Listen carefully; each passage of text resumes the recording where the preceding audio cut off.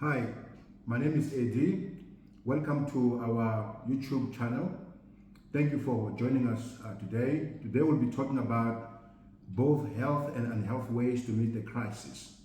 So I'll begin with unhealthy ways to meet the crisis.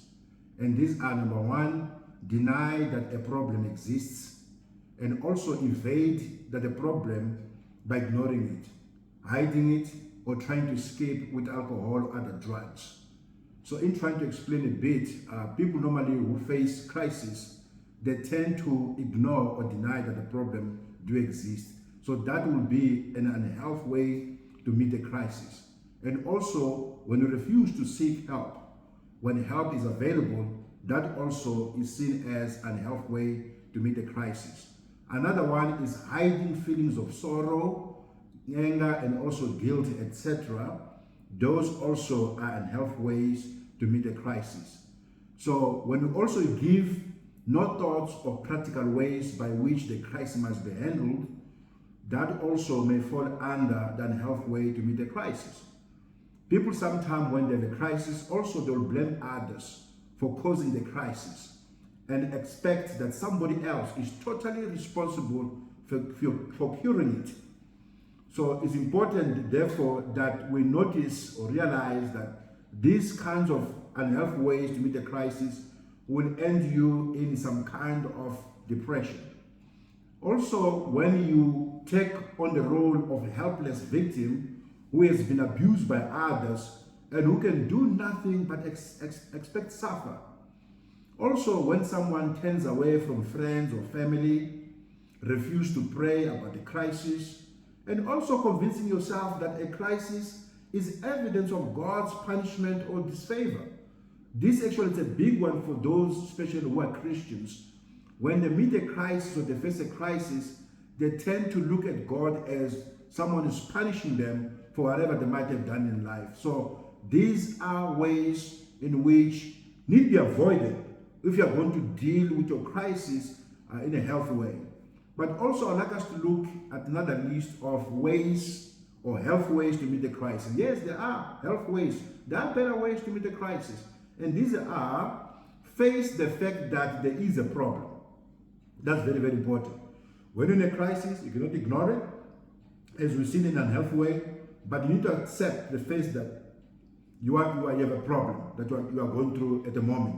And also, you need to attempt to understand the situation more fully. So when you are in crisis, try to look at the crisis itself. Look at what is it that actually you're dealing with it and try to understand more fully. Also, you need to open the channels of communication with friends, with relatives, with ministers, and others who might be able to help you. Also, you need to face up to the feelings of guilt, anxiety, or resentment.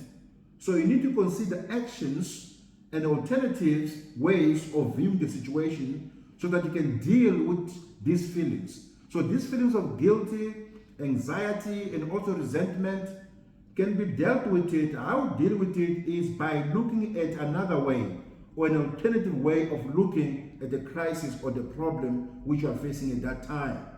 Also, separate the changeable from the unchangeable in the situation and accept that which can be changed. This is very, very important. So when you're in a crisis, it's easier somehow to be engulfed and clouded mentally, not to see what can be changed and what cannot be changed. So when you're in a crisis, take time, just calm down, calm yourself down, and look at what is it that you can change, or can you change the crisis? Is it changeable or is it unchangeable? So if it is changeable, then do something about it.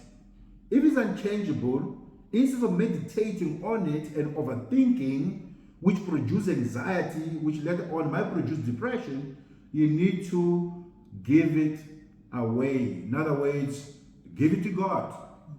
You need to accept the fact that your life has changed. You need to accept the fact that things will not be the same and find a way in how you can do your life, you can live your life with or without with that which was so precious to you. Also, you need to be able to explore practical ways of coping with the problems. So there are many ways to cope with the problem. So you need to find practical ways. For example, if you are hungry, what do? Okay, practical ways, you need to eat something. All right, it's practical. So find things that actually you can easily do them as a way of meeting this crisis that you're facing. And then also you need to accept the responsibility for coping with problems. Even problems that seem to are arising from situations beyond your control. That also is very, very important. Somehow you need to accept responsibility, as you're trying to cope with those problems. Also pray about the matter. Honestly sharing your concern with God. For those who are believers, those who are Christian, this is a prerequisite as a Christian, because we're instructed to pray. So pray, and when you pray, honestly talk to God. Take it out of yourself, your system. Take it out of your mind as you talk to God about your problem. And remember that God is both aware of our crisis and is concerned about us. So these are practical ways. These are ways in which anyone facing a crisis can follow as you deal with the crisis, instead of coping in a way which is unhealthy, which might lead to more mental illnesses, which may result in you actually end up being sick or being ill. Thank you so much for joining us in our channel today. May God bless you. Thank you.